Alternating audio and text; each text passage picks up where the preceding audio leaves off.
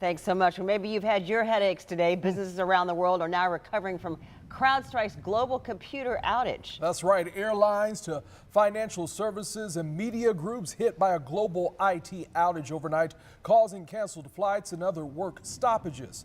Businesses around the world are now recovering from CrowdStrike's global computer outage. Airlines and financial services, once again, that I mentioned, this was all causing canceled flights and other issues around the country. It's just even with us. Yeah, it's been a headache, like I say, for a lot of folks. But what about potentially life and death situations, such as hospitals?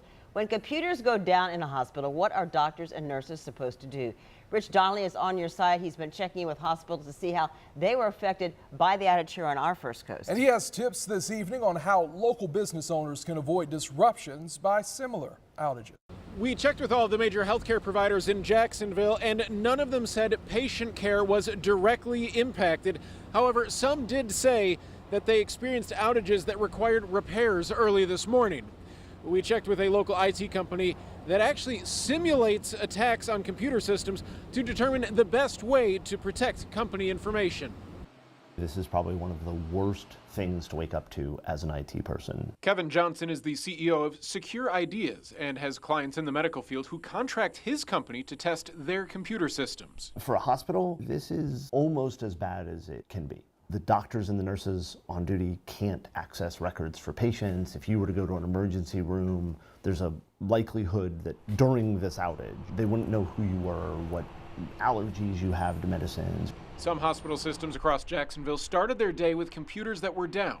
A statement from Baptist Health reads, in part, Baptist Health computers and systems have been impacted by CrowdStrike's corrupted update.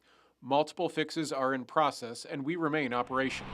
HCA Florida Memorial said their health system was not directly impacted by CrowdStrike's technology issue, but added, we are working with our vendors to understand any issues they may be facing. Johnson says that while computers in hospitals may have been down, other issues get introduced while each computer had to be manually repaired. On top of that, you have IT people that now have to go throughout the hospital doing stuff. So you have more people on the floor, more confusion. So how do patients receive care while computers are down? You go back to the old system, right, where it's on paper, it's on phone calls, it's, the doctor's office is now calling the pharmacy. Speaking of pharmacies, Panama Pharmacy on Main Street in Jacksonville said they were not affected because their IT provider had redundancies and a backup in place. Johnson said that's as good as any company can do. Organizations, even if they weren't impacted by this outage, they need to look at this and say, what would we do in this case? This was the widest spread outage to date, but because of the prevalence of computers in our everyday life, Kevin Johnson actually says that an outage like this could happen again.